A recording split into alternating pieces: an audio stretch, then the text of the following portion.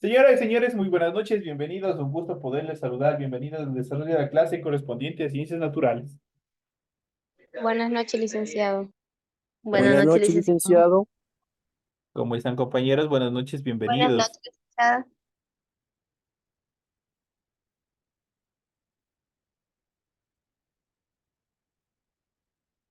Esperemos que se integren el resto de compañeros y damos inicio a la presente clase.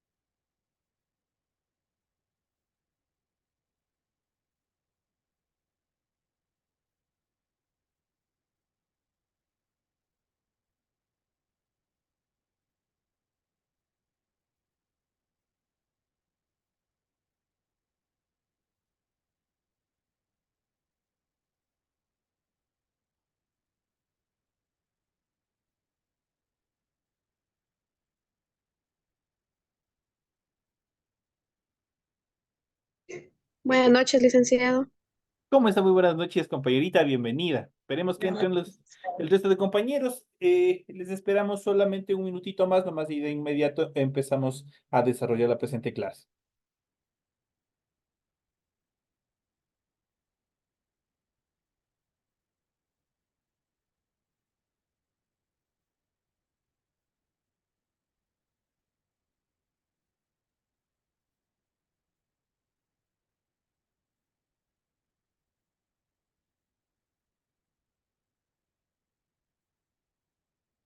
Iniciamos el desarrollo de las actividades correspondientes al área de ciencias naturales, como es de costumbre, dándoles a cada uno de ustedes la más cordial bienvenida al desarrollo de la presente clase. Un gusto poder compartir con ustedes una hora más de actividades académicas, en este caso relativas a la materia de ciencias naturales. En pantalla ustedes pueden observar el formato para recursos de aprendizaje de tarea. Estamos en la asignatura de ciencias naturales, en la unidad número 6, ciclo celular y reproducción, el tema central. Les vamos a ver el tema número 2 y vamos a ver la nutrición prenatal y la lactancia y la salud sexual.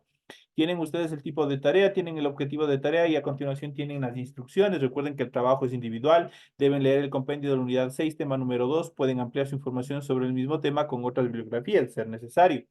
¿Qué es lo que tienen que hacer para la presente semana? Dice lo siguiente, desarrolla las siguientes preguntas. Primero dice, responda a las siguientes preguntas. ¿Qué es educación sexual? Tienen que ustedes investigar, tienen que ver un poco material, consultar material, a ver qué es educación sexual, luego qué es sexualidad, luego qué es sexo y por último qué es una relación sexual. Serán las cuatro que hablan de la misma cosa, o tienen la misma conceptualización o se refieren a un mismo concepto o serán puntos de vista diferentes. Ustedes en el momento de conceptualizar cada uno de ellos van a ver la diferencia que hay entre una y otra. Y por lo general nosotros siempre, cuando se topa este tipo de temas, nosotros siempre nos confundimos, especialmente, por ejemplo, sexo con sexualidad. Son cosas diferentes. De antemano ya les doy esa diferencia que existe. Entonces ustedes van a investigar y van a ver qué significa cada uno de ellos. Apenas tienen ustedes cuatro conceptos los cuales ustedes tienen que investigar exactamente qué es lo que determina cada uno de ellos. Recuerden que el trabajo es 100% escrito, claro y ordenado. Para ello, en la parte superior de su hojita ya saben qué tienen que hacer, la rotulación de la hoja y cumpliendo con todos los requisitos que ustedes tienen ahí. A continuación, ustedes tienen las recomendaciones, luego tienen la rúbrica de calificaciones y al final de este proceso tenemos la información para el desarrollo de los recursos de plataforma. Estamos en la unidad número 6 con el tema la nutrición prenatal y la lactancia, la salud sexual, correspondientes a la semana número 2 de fecha 29 de julio del 2024. Esta tarea permite entregas desde el 29 de julio, la fecha límite de entrega es el 31 de julio y la fecha de publicación de la calificación será hasta el 5 de septiembre. Perdón, la fecha de entrega es el 31 de agosto y la fecha de publicación de la calificación es hasta el 5 de septiembre. Entonces, tienen ustedes un plazo bastante amplio para poder presentar, para poder investigar a un poco más a profundidad los temas que se les ha planteado como investigación para la presente tarea. Una vez que ustedes se les ha proporcionado la información pertinente, en función de estos temas bastante importantes, vamos a ver a continuación un poco en función del tema que se ha planificado como tema central de clases. Vamos a ir analizando, vamos a ir viendo, vamos a ir revisando cada uno de ellos. Y para esta conceptualización, vamos a ir viendo en esta primera instancia, por ejemplo, el tema central o el subtema que nosotros vamos a tratar en la presente clase es la nutrición prenatal y la lactancia. En este caso, la nutrición prenatal, vamos a ver en qué consiste, cuáles son las características de la nutrición prenatal. El estado nutricional de la mujer cuando se queda embarazada y durante el embarazo puede tener una influencia importante en el resultado sanitario del feto, el lactante y la madre. Deficiencias de micronutrientes como el calcio, el hierro, la vitamina A o el yodo pueden producir malos resultados sanitarios para la madre y ocasionar complicaciones en el embarazo. Un aumento insuficiente de peso en relación a la madre durante el embarazo debido a una dieta inadecuada aumenta el riesgo de partos prematuros, bajo peso al nacer y defectos congénitos. Entonces, ese en cuanto a este proceso. En cuanto a la educación y el asesoramiento sobre la nutrición, tienen por objeto mejorar las prácticas alimentarias antes del embarazo y durante este, a fin de mejorar la alimentación materna y reducir el riesgo de resultados sanitarios negativos para la madre y también para sus hijos. En cuanto a la lactancia, que es otro tema fundamental, y hemos visto en este caso que es la nutrición prenatal, es antes del nacimiento, del proceso de la lactancia como tal, obviamente todo este proceso que se viene desarrollando y que tiene mucha importancia, obviamente, basado en una dieta adecuada. Pasamos a la siguiente fase sobre la lactancia. En la lactancia, las mamas tienen la función de producir y segregar leche para alimentar al recién nacido. Después del parto, están constituidas por unas estructuras glandulares denominadas acinos mamarios y por los conductos galactóforos, muy ramificados, donde se vierten las secreciones de los acinos. Estos desembocan todos en el pezón, obviamente para que puedan alimentar al recién nacido. Aquí nosotros podemos ver en este gráfico, podemos ver las glándulas mamarias. Vamos a ver desde la parte interna, desde el músculo pectoral, hacia, obviamente, hacia la aureola. Entonces, de esta manera nosotros podemos observar el músculo pectoral. Luego tenemos el tejido adiposo, luego tenemos los acinos mamarios, tenemos el pezón, tenemos la aureola. En las aureolas, obviamente el pezón, obviamente desde los acinos se producen los conductos galactóforos, obviamente que son los que transportan los acinos que permiten alimentar al recién nacido. En la última fase del embarazo, las mamas se preparan para segregar leche. Al nacer el niño, los acinos ya tienen preparada una primera secreción que se denomina calostro.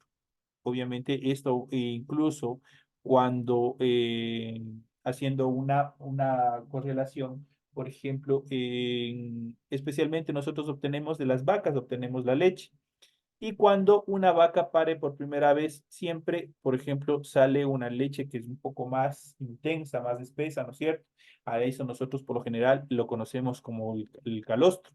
Entonces, cosa similar también tienen en este caso, este tipo de segregaciones primarias, tienen todos los mamíferos.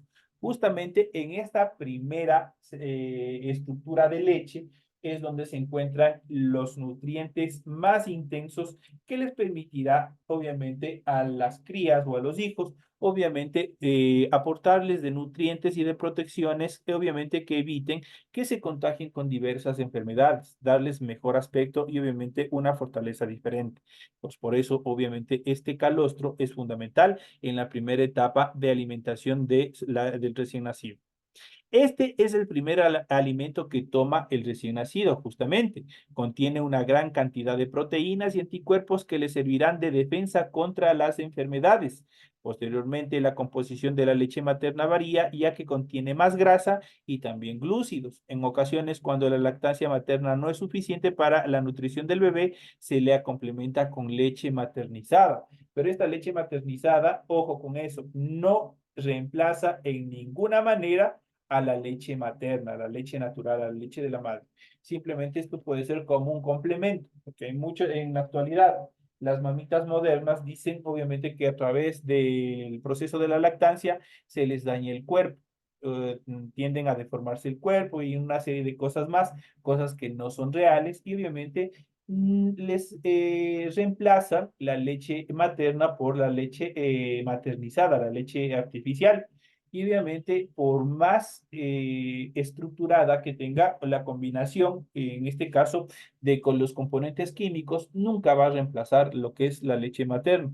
Y obviamente, el recién nacido va a tener una serie de dificultades a futuro en relación principalmente a los anticuerpos, porque esta leche no va a generar una serie de anticuerpos que obviamente permitan o eviten que diferentes microorganismos ataquen las defensas del recién nacido. Si es que es fundamental el 100% la alimentación a través de la leche materna. La lactancia también genera un vínculo de afectividad entre la madre y su hijo, lo cual es fundamental para el desarrollo psicológico del recién nacido. Mecanismos y regulación hormonal de la lactancia durante este proceso. Este mecanismo se basa en la succión que efectúa el recién nacido en el pezón materno. El reflejo de succión es un comportamiento innato solamente de los mamíferos. El estímulo de la succión inicia la actividad del hipotálamo. Este segrega la hormona oxitocina que provoca la contracción de pequeñas fibras musculares que rodean el tejido glandular de las mamas y producen la salida de la leche. La hipófisis produce la hormona prolactina, es responsable de la formación de leche en los asinos mamarios que habíamos visto en el gráfico anterior y obviamente que de esa manera obviamente se produce la leche materna y obviamente esta obviamente va a ser estimulada a través del mecanismo de la succión para obviamente proceder con la alimentación o la lactancia materna. Esto en cuanto a los procesos de alimentación, la nutrición prenatal y sobre todo el proceso de la lactancia. En cuanto a la salud sexual, la Organización Mundial de la Salud, OMS, define a la salud sexual como un estado de bienestar físico, mental y social en relación con la sexualidad. Requiere un enfoque positivo y respetuoso de la sexualidad y de las relaciones sexuales. Ojo, no son lo mismo. La sexualidad no es lo mismo que relaciones sexuales. Ojo con eso. Según la Organización Panamericana de la Salud, OPS, la población joven entre 10 y 24 años es un grupo de edad importante que comprende el 30% de la población, especialmente en América Latina y el Caribe. La sexualidad precoz, los matrimonios tardíos y el mayor énfasis que se le ha dado a la educación han contribuido a la aceptación de la adolescencia como una fase distintiva de la vida. Se considera un sector de la población relativamente saludable y por ello a menudo se pasan por alto sus necesidades en salud. No obstante, dado que la población joven se ve particularmente afectada por la pandemia de las infecciones por el virus de la inmunodeficiencia humana VIH, la salud sexual y reproductiva de los adolescentes merece especial atención. Para mejorar la salud sexual y reproductiva de los adolescentes es necesario abordar aspectos tales como la maternidad temprana, las infecciones de transmisión sexual, que en sus siglas ITS, el comportamiento relacionado con la búsqueda de atención en salud, la violencia y los comportamientos de riesgo. Las relaciones sexuales humanas no tienen como único fin la reproducción, son una forma de comunicación entre dos personas que expresan sus sentimientos, tengan o no la intención de concebir un nuevo ser. La relación sexual no se limita únicamente al coito, sino que entran en juego muchos estímulos visuales, olfativos y sobre todo táctiles, que producen respuestas agradables. En la sexualidad humana, el cariño y la ternura permiten disfrutar de la relación sexual de una forma más completa. Requiere un enfoque respetuoso, así como la posibilidad de tener experiencias sexuales placenteras y seguras, libres de toda coacción, discriminación y sobre todo violencia.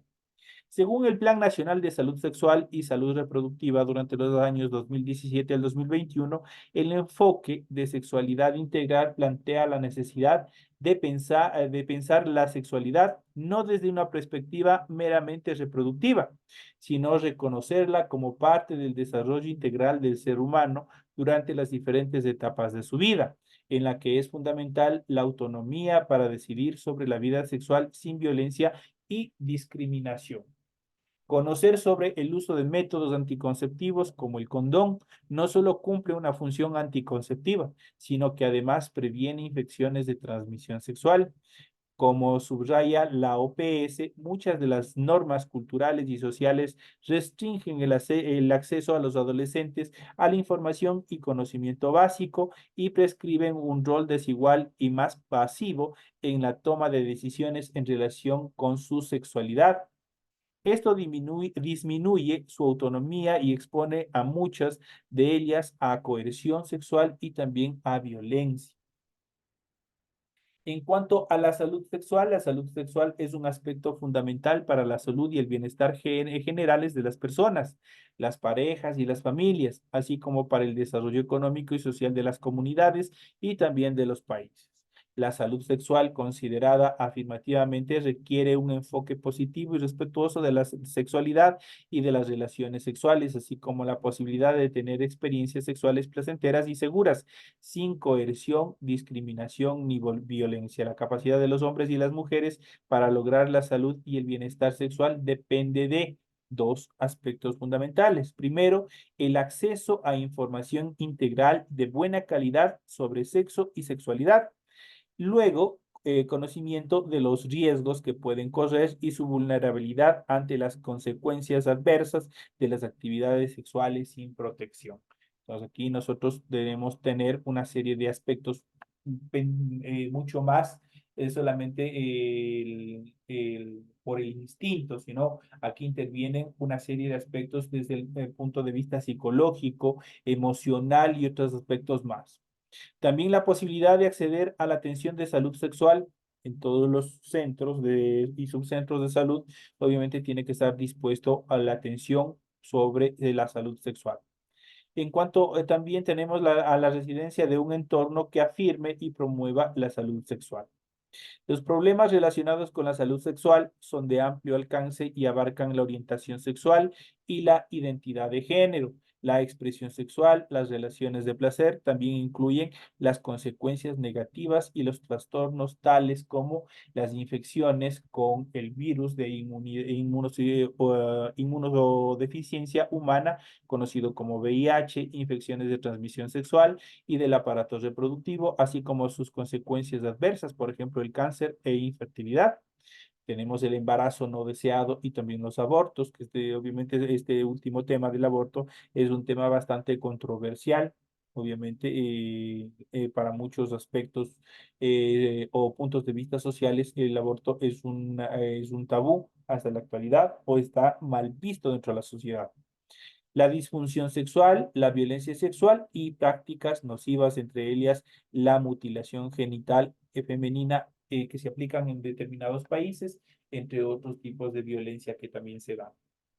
Los derechos humanos ofrecen un marco jurídico internacional en que se puedan considerar las necesidades y aspiraciones sexuales y reproductivas de todas las personas.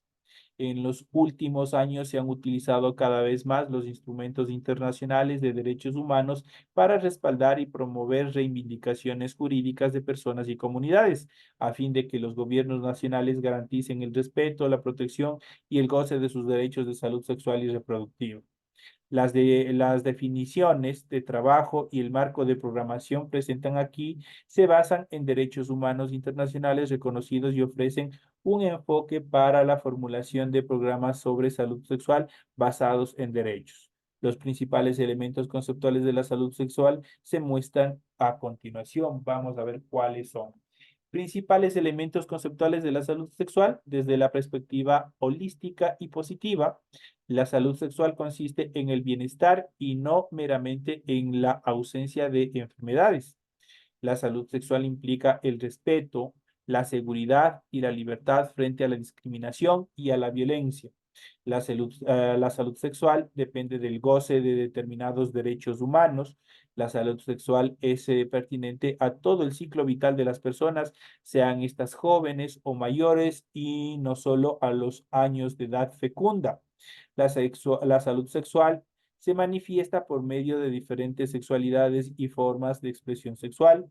La salud sexual está influenciada de manera crítica por normas, funciones, expectativas y dinámicas de poder relacionadas con el género. La salud sexual se ha de entender en los contextos sociales, económicos, políticos específicos de cada uno de los estados. Así es que de nosotros depende tener una formación mucho más amplia, mucho más determinada, justamente dentro de estos temas de sexualidad. Recordando que no solamente en la actualidad, sino desde generaciones atrás, este tema de la sexualidad es un tabú. No se ha podido establecer parámetros en los cuales obviamente los padres puedan guiar a sus hijos dentro de estos temas bastante controversiales.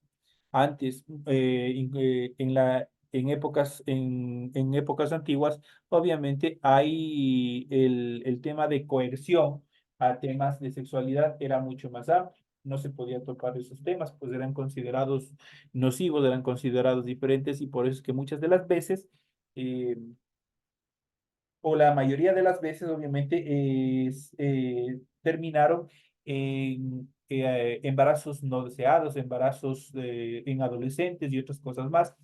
Y obviamente que esto no solamente afecta al adolescente como tal, sino también a todo el entorno familiar y también económico. Se afecta tanto la persona como el adolescente, perdón, como todo su entorno social. Así que es importante nosotros, dentro de los procesos de formación académica, también topar estos temas fundamentales que permitan, primero nosotros aprender de qué se trata, cuál es la diferencia entre una y otra cosa en la conceptualización, debido a que muchas de las veces incluso nosotros confundimos las terminologías, pero cada uno tiene una función diferente, tiene un término diferente y cada uno genera una conceptualización diferente. Es por eso que nosotros debemos capacitarnos, debemos tener un conocimiento amplio, incluso para poder guiar a personas, adolescentes, dentro de nuestro entorno familiar, para evitar diferentes problemas, dificultades que se puedan generar a futuro. De esta manera, señoras y señores, vamos a ver, vamos a continuar un poco más, vamos a ver en cuanto a la importancia, vamos a hablar un poquito más sobre la importancia de la alimentación materna. Vamos a ver un poquito aquí, tenemos una información, tenemos un cliché sobre la importancia de la lactancia materna. ¿Por qué es importante la lactancia materna? Regresando a este tema fundamental. En primer lugar, la leche materna es el mejor y único alimento que una madre puede ofrecer a su hijo o hija tan pronto nace, porque proporciona los nutrientes necesarios para lograr un crecimiento y desarrollo adecuado. Es decir, contiene todos los nutrientes perfectos en calidad y cantidad que son de fácil digestión y también absorción, porque son específicos para la especie humana. Además, la leche materna contiene anticuerpos que protegen contra diferentes infecciones o elementos patógenos que intenten ingresar y agredir el cuerpo del recién nacido. La lactancia materna establece el vínculo entre madre e hijo, al cual constituye una experiencia especial, singular e intensa. También protege la salud de la madre, aporta a la economía del hogar y a la protección del medio ambiente, por cuanto no se invierte dinero en la compra de leches artificiales infantiles, biberones, combustible y tiempo para su preparación. Además, se reducen, perdón, los gastos en salud por hospitalización y compra de medicamentos porque los bebés se enferman menos. La leche materna no requiere de grandes industrias que generen desechos y contaminen el ambiente. Por eso la lactancia materna protege al 100% el planeta. Aquí tienen ustedes todo, obviamente resumido. ¿Por qué es importante la lactancia materna? ¿Por qué es importante este proceso de alimentación? No solamente desde el punto de vista de alimentación, sino engloba una serie de aspectos generales en los cuales va incluso desde la protección de nuestro medio ambiente, pero sobre todo el fortalecimiento, la protección del recién nacido. ¿Cómo se produce la leche materna? Nosotros ya habíamos dicho, cuando el bebé succiona el seno de la madre, el pezón envía mensajes al cerebro donde se encuentran las glándulas pituitarias, responsables del estímulo de la secreción de dos hormonas. La primera es llamada prolactina, encargada de la producción, y la segunda es llamada oxitocina, encargada de la eyaculación y salida de la leche. La toxina es muy responsable y puede empezar a funcionar con solo recordar, tocar o sentir al bebé, aún antes de succionar. Esto hace que la leche fluya abundantemente y que la madre sienta su ropa mojada. Puede suceder por un susto, miedo o temor. También se puede interrumpir la baja de la leche. Por eso la madre debe estar tranquila y recibir al 100% un apoyo permanente por parte de las personas que le rodean. Es una de las características fundamentales en cuanto a cómo se produce la leche materna. ¿Qué significa lactancia materna exclusiva? La lactancia materna exclusiva significa dar al bebé solamente leche materna sin ningún otro líquido o sólido, ni siquiera agua. Se permite la administración de gotas, sueros, jarabes o medicamentos previamente formulados por personal médico. Eso quiere decir que, o en caso de que tuvieran algún tipo de enfermedad, solo algún tipo de medicamento se le puede administrar. Eso es el significado de la lactancia materna exclusiva. ¿Por cuánto tiempo el bebé debe recibir solo leche materna? Vamos a ver, es una buena pregunta. La Organización Mundial de la Salud recomienda la lactancia materna de forma exclusiva durante los primeros 6 meses de vida. Eso garantiza un adecuado crecimiento y desarrollo de todos los niños y niñas. La lactancia materna es en los primeros 6 meses, provee todos los nutrientes y el agua necesaria que el bebé necesita. Entonces es fundamental esa parte. ¿Cuál es la duración total de la lactancia materna? Ya hemos visto en el tema anterior cuánto tiempo debe el bebé recibir leche. Ahora vamos a ver cuál es la duración total de la lactancia materna. 2 años y más, recordando que a partir de 6 meses la leche materna no es suficiente por sí misma y debe complementarse con una alimentación adecuada y saludable y continuar con el amamantamiento hasta los 2 años y más, lo cual garantiza un adecuado crecimiento y desarrollo del cerebro del bebé. Es fundamental estas actividades. La siguiente pregunta dice, ¿al cuánto tiempo de nacido el bebé debe colocarse al pecho?